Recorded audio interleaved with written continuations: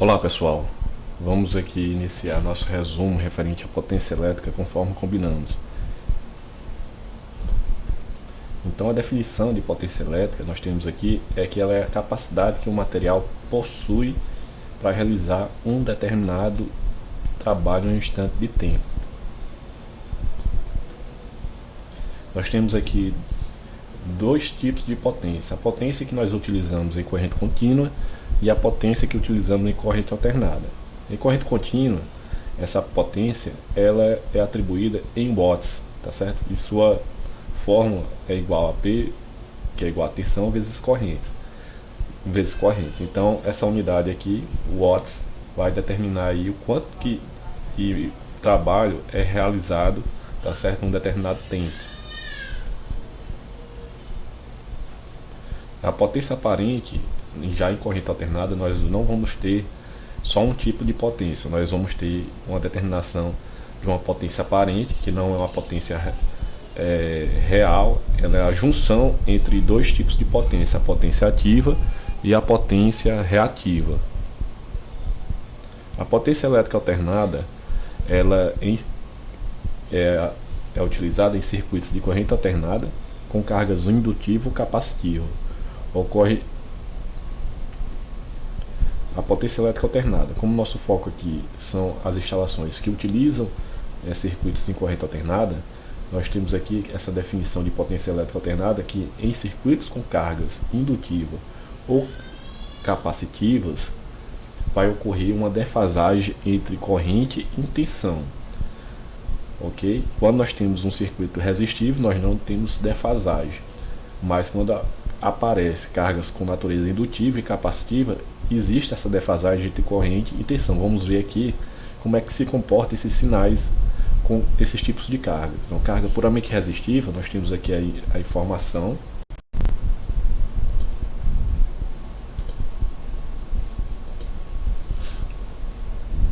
Nós temos a informação que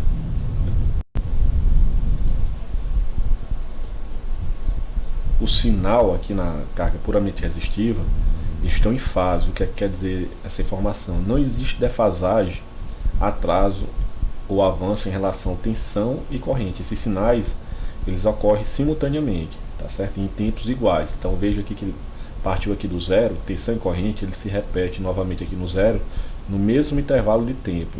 Então eles não estão afastados um do outro. Já que nós temos uma carga capacitiva, existe uma diferença de fase, que é essa distância entre esses dois sinais. Então, quando o circuito é capacitivo, essa corrente aqui está adiantada.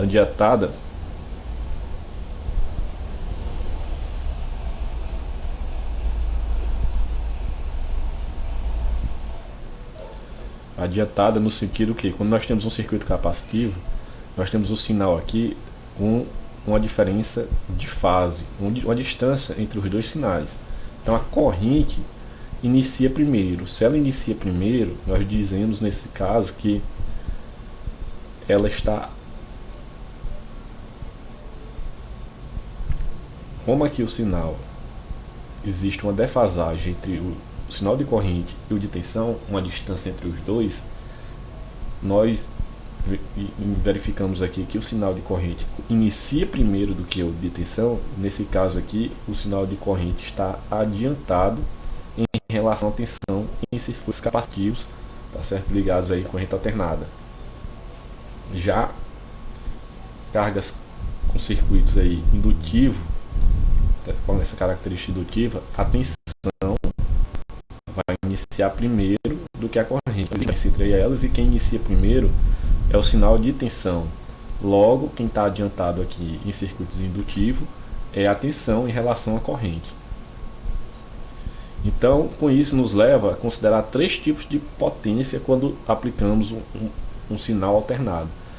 A potência aparente, que é simbolizada pela letra S maiúscula, a potência ativa pelo P maiúsculo e a potência reativa com Q maiúsculo.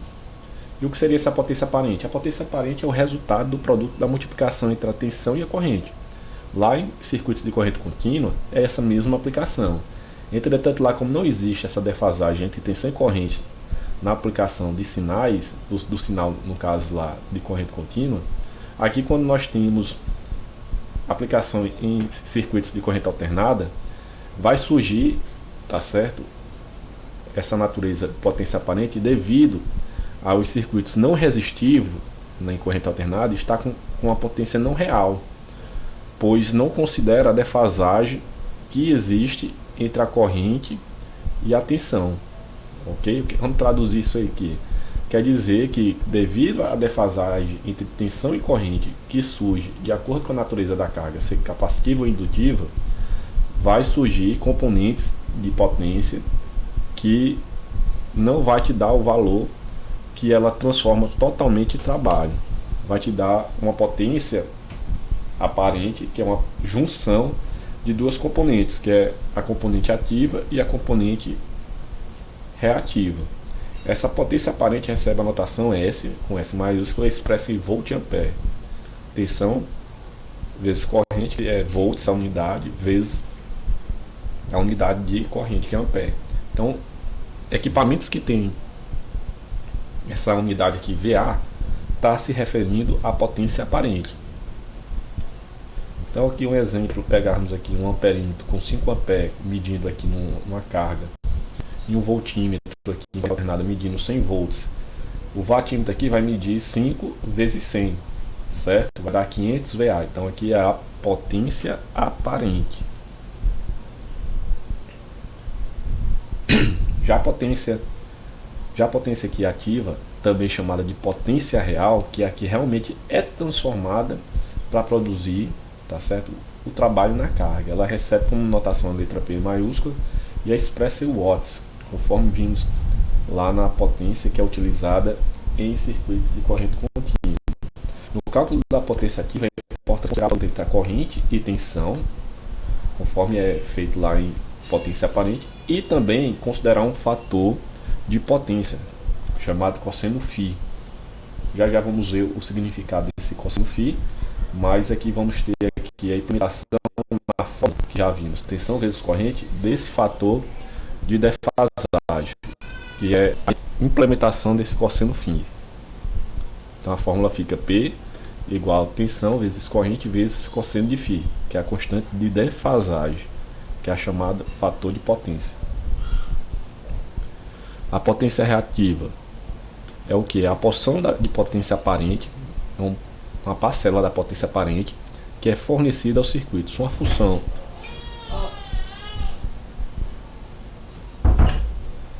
potência reativa, o que seria? É a potência reativa, potência reativa.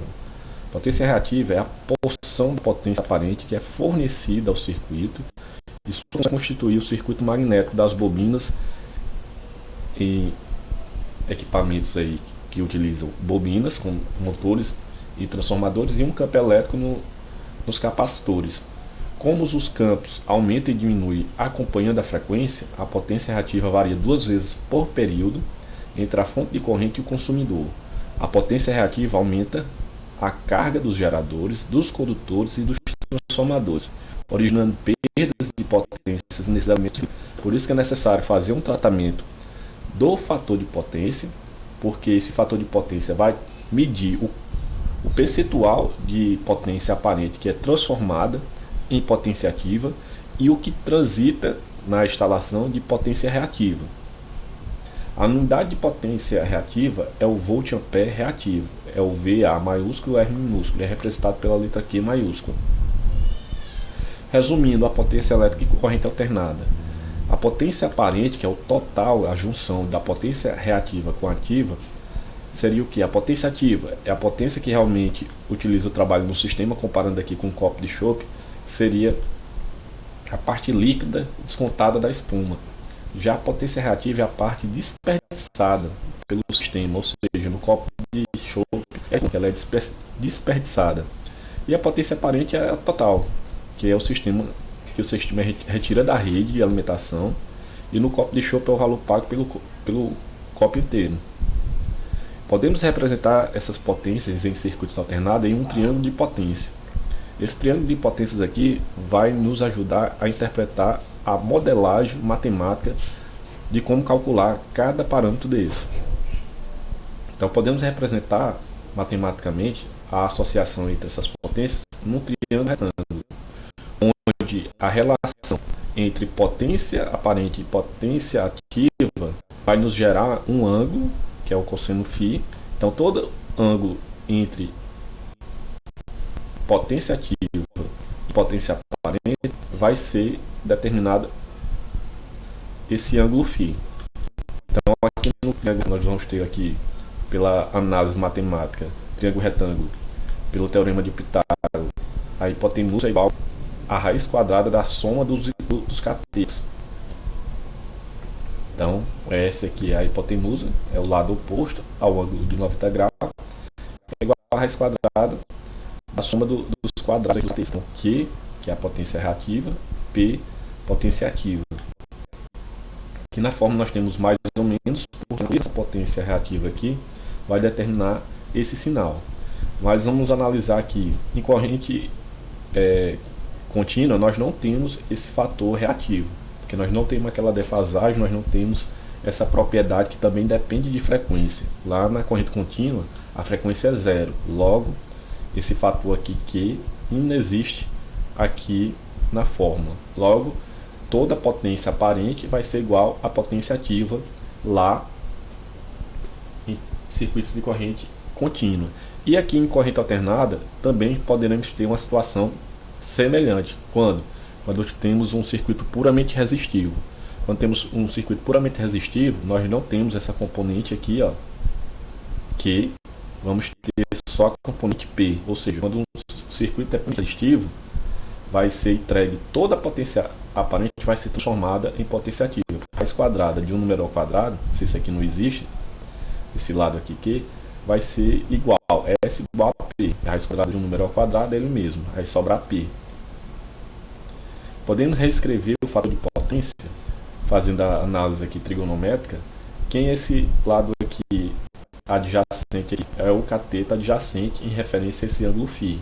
Então o cosseno desse ângulo φ aqui é igual a quem? O cateto adjacente sobre a hipotenusa, tá aqui. Então FP, que é o fator de potência, é igual a P sobre S. Então ele mede o quanto que essa potência aqui, a aparente, é transformada em potência ativa, que é medida em relação a esse ângulo aqui que é formado. Então se eu souber quanto é o ângulo, encontro o fator de potência. Se eu souber quanto é o valor da potência ativa e aparente, eu também tenho conhecimento de quanto é o fator de potência. Reescrevendo, se eu quiser encontrar a potência ativa, se eu conhecer a aparente e o ângulo, se eu conhecer a tensão em corrente e o ângulo, eu também encontro. Aqui novamente a potência aparente da unidade é VA, potência ativa é watts e reativa é o VAR. Fazendo análise aqui sobre o sinal que foi dito, que pode ser mais ou menos, nós vamos ter essa grandeza reativa aqui quando nós tivermos aplicado em circuitos de corrente alternada cargas com elementos reativos indutivo e reativo capacitivo. Reativo e indutivo são máquinas que possuem rolamentos, logo são transformadores motores, e essa potência aparente, se você for fazer uma análise dela, ela tem um componente de um número complexo, ela é uma potência complexa. Então no plano nós podemos representar com um número complexo. Então a componente vertical do número complexo é a parte imaginária e a horizontal é a parte real. Então quando a carga indutiva, componente imaginária, ela tem um sentido apontando para cima do vetor e é positivo o sinal. Acima do X é positivo. E a componente real, ela sempre é positiva. Não existe iniciativa negativa. Ela sempre vai ser para a direita. Então quando soma-se aqui potência ativa com potência reativa, que matematicamente vai gerar esse vetor aqui, que é a nossa hipotenusa. Então formou-se aqui um triângulo retângulo. Então o nosso S aqui vai ser hipotenusa, e aí a gente faz a análise do teorema de Pitágoras, chegamos aqui no valor. Hipotenusa é igual a raiz quadrada da soma dos catetos. Então π ao quadrado, mais Q ao quadrado, o sinal de Q positivo está apontando para cima, positivo. E quando for uma carga capacitiva, esse sinal aqui dessa componente aqui imaginária é apontada para baixo, ela é negativa, e potência ativa, como eu disse, sempre é apontando para a direita. O somatório desses dois vetores aqui vai dar essa componente aqui que vai gerar a hipotenusa. Dentro do sinal aqui negativo do número imaginário e o sentido do ângulo aqui agora entre potência ativa e potência aparente, na matemática, quando esse ângulo é gerado no sentido como referências, o ponto aqui horizontal, ele gira no sentido anti-horário, esse sinal desse ângulo é positivo. Quando nós temos esse ângulo agora girando agora no sentido horário, ele vai ter um valor negativo. Por esse motivo aqui na fórmula chega nesse sinal negativo. Então, quando nós tivermos aplicação de carga capacitiva, a fórmula aqui da potência aparente vai mudar o sinal aqui para negativo. E para dimensionamento de condutores, nós vamos levar em consideração a potência ativa prevista para o ponto de utilização e seu fator de potência para encontrarmos a corrente. Ou seja, nós temos que fazer o levantamento da potência ativa, porque é aqui onde vai ter a circulação de corrente que vai ser transformada em trabalho. A potência reativa, ela não realiza trabalho, ela é necessária para a formação de campos eletromagnéticos. Para quê? Para o funcionamento de alguns equipamentos, como eu já falei, motores, transformadores. Mas ela não transforma em nada, ela fica transitando na rede, ocupando espaço. Mas para nosso cálculo de dimensionamento, que vai ser necessário para saber quanto de corrente o circuito está conduzindo, nós vamos fazer uma transformação da potência aparente para a potência ativa. E em cima dessas informações, analisando o fator de potência, que é o cosseno de φ, a gente vai atribuir o quanto é de corrente que está circulando no circuito. Então, nós temos aqui, substituindo a mesma informação, só estou fazendo aqui a demonstração que o cosseno de φ pode ser substituído pela sigla FP, que é a mesma coisa. Então, se eu tiver o valor FP, eu sei que FP é igual a cosseno de φ. Só que em circuitos monofásicos e circuito trifásico, nós temos uma representação dessa fórmula diferente. Então, nos circuitos monofásicos, esse U aqui nós vamos utilizar na fórmula, ele valendo a tensão entre fase e neutro, que é 220 volts. E na tensão e circuitos trifásicos, essa tensão U aqui da fórmula, nós vamos utilizar o valor de 380 volts. E a fórmula, vamos utilizar aqui o ângulo aqui φ com o número 1 para indicar que a potência ativa de um número de um circuito monofásico. E a fórmula se repete igual, só o U aqui que nós vamos substituir, se for monofásico, 220 vezes a corrente vezes o fator de potência da carga que tiver empendurada, tá certo? Nesse circuito. E em circuitos trifásicos nós vamos ter agora o simbologia aqui de φ e 3 para indicar que é trifásico, e aqui vai aparecer uma raiz de 3 na fórmula.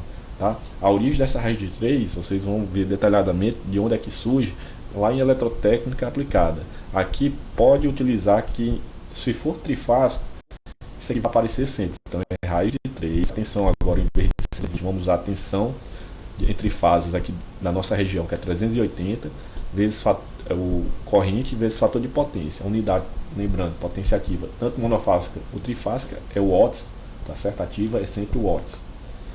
Fazendo o isolamento aqui da corrente do lado monofásico, se for para calcular um circuito monofásico, a gente chegaria aqui no valor da corrente que estaria circulando, substituindo os valores da potência ativa, o valor da tensão aqui no caso de 220 e do fator de potência considerado. E aqui do lado trifásico também isola o I, substitui o valor da potência definida, a raiz de 3 que é da forma, a tensão aqui é 380, vezes o fator de potência atribuído.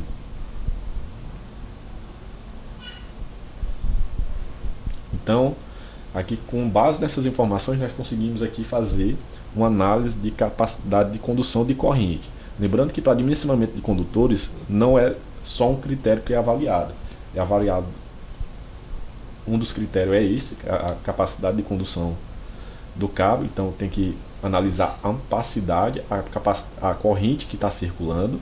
Depois tem o critério de queda de tensão e depois o critério de curto-circuito que o condutor suporta, tá certo? Para ser analisado e ver se é viável ou não o dimensionamento da seção adequada, tá? Então espero aí ter contribuído e Caso tenha alguma dúvida durante o transcorrer das aulas, estaremos esclarecendo, mas as fórmulas básicas que iremos utilizar para cálculo de corrente basicamente são essas, e vai envolver a potência ativa. Fiz a apresentação aí de como é a composição das potências para o entendimento ficar melhor, tá certo? Então, até mais aí e nos encontramos aí nas próximas aulas.